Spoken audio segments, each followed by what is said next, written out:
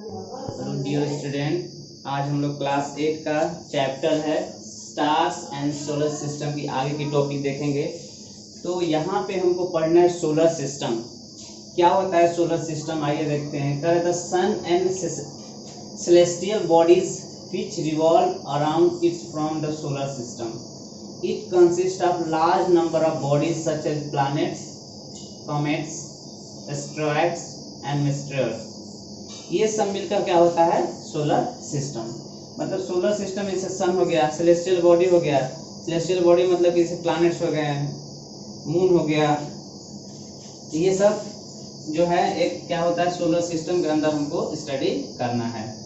जैसे प्लैनेट्स में अर्थ हो गया, सन हो गया, मून हो गया, ये सब प्लैनेट्स पढ़ना है। तो सबसे पहले जैसे हम लोग देखेंगे अर्थ।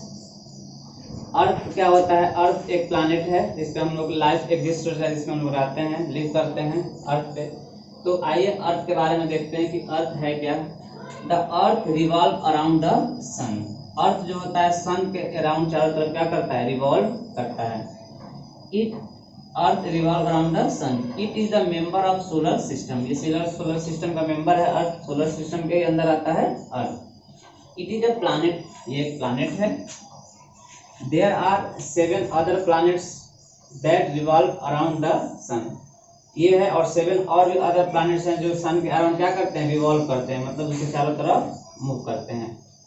ठीक है।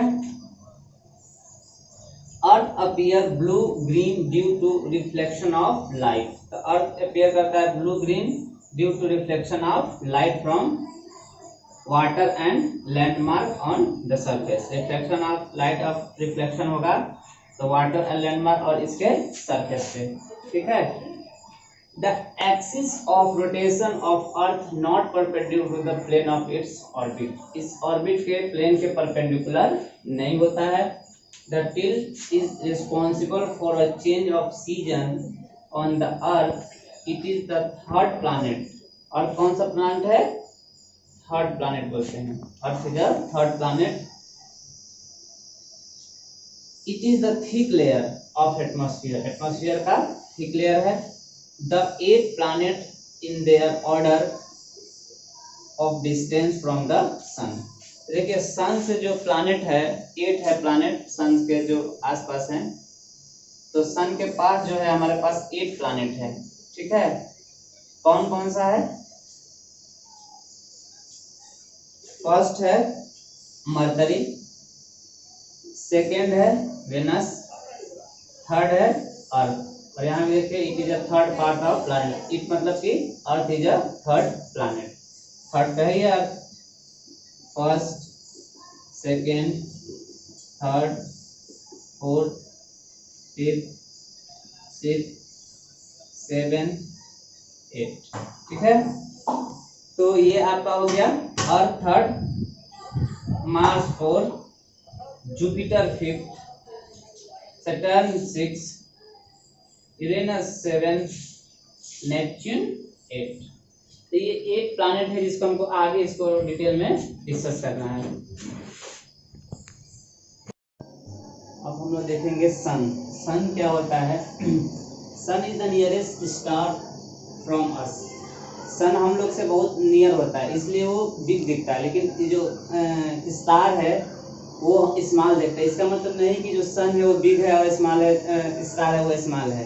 एक्चुअली में जो स्टार है वो बिग है और सन है वो स्मॉल है। उसका रीजन ये है कि जो हमारा सन है वो बहुत पास में है और जो स्टार है बहुत दूर है, इस वजह से ये बिग दिखता है। लेकिन जितना डिस्टेंस पे अगर सन स्टार को ले जाए सन को तो और छोटा दिखेगा ही नहीं, बहुत छोटा दिखेगा। इसलिए sun is the nearest star from us. It is a continuously emitting huge amount of heat and light. जो सन होता है वो कंटिन्यूसली इमिट करता है, ह्यूज मतलब ज्यादा बड़ा, amount of heat and light, दोनों। हीट भी प्रोड्यूस करता है और लाइट भी। The sun of source of almost all energy on the earth. In fact the sun is the main source of heat and light. Main source क्या होता है इसका? Heat and light for all planets. अब planets क्या होता है देखते हैं। The planets look like stars but they do not have light of their own. जो प्लैनेट्स होते हैं उसका खुद का लाइट नहीं होता, जैसे स्टार है, स्टार में खुद का लाइट होता है, ट्विंकलिंग करता है, लेकिन जो प्लैनेट्स, जो सन है, जो प्लैनेट्स है, उसका खुद का क्या होता है, लाइट नहीं रहता है। तो क्या कर रहा है, planets look like a star but they do not have a light there, उसका खुद का लाइट नहीं होता है। The simplest method of identifying planets from stars in that stars twinkle, star क्या करता है, twinkle करता है, whereas planet do not, जो कि planet ऐसा नहीं होता है।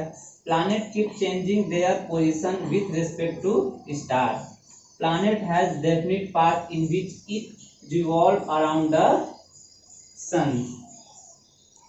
जो planet है वो सन के अराउंड एक पाथ होता है, उसमें क्या करता है, वो रिवॉल्व करता है, और उस पाथ को हम लोग क्या बोलते हैं, ऑर्बिट बोलते हैं। जैसे देखिए ये हमारे पास सन है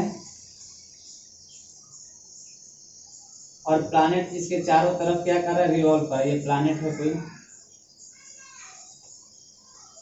तो जो प्लैनेट है वो सन के चारों तरफ क्या करेगा, मूव करेगा।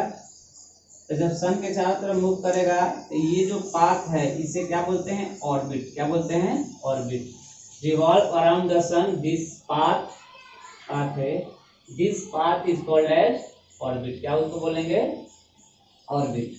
The time taken by planet to complete one revolution, जो टाइम लग रहा है प्लैनेट को कंप्लीट करने में कितना लगता है, one revolution is called period of revolution. 365 दिन में क्या करता है, कंप्लीट करता है। The period of revolution increase as the distance of planet increase from the sun. कभी क्या हो जाता है कि जो टाइम होता है 365 से ग्रेटर हो जाता है, तो उसका मतलब ये है कि जो उसका रिवोल्यूशन ऑफ पीरियड है वो क्या करता है, increase at the distance from the planet. वो क्या कर जाता है, डिस्टेंस प्लैनेट जो होता है वो इंक्रीज कर जाता है किससे, सन से। ठीक है। Revolution around the sun planet, the revolution around the sun planet also rotate on its own axis। जो planet होता है वो अपने एक्सिस पे भी रोटेट करता है। Like top the light taken, sorry, the time taken by planets to complete one rotation, जो टाइम लगता है कंप्लीट करने में one rotation is called as the period of revolution. तो उसे पीरियड ऑफ रिवोल्यूशन कहते हैं। ये रहा सन और प्लैनेट्स। Okay, thank you.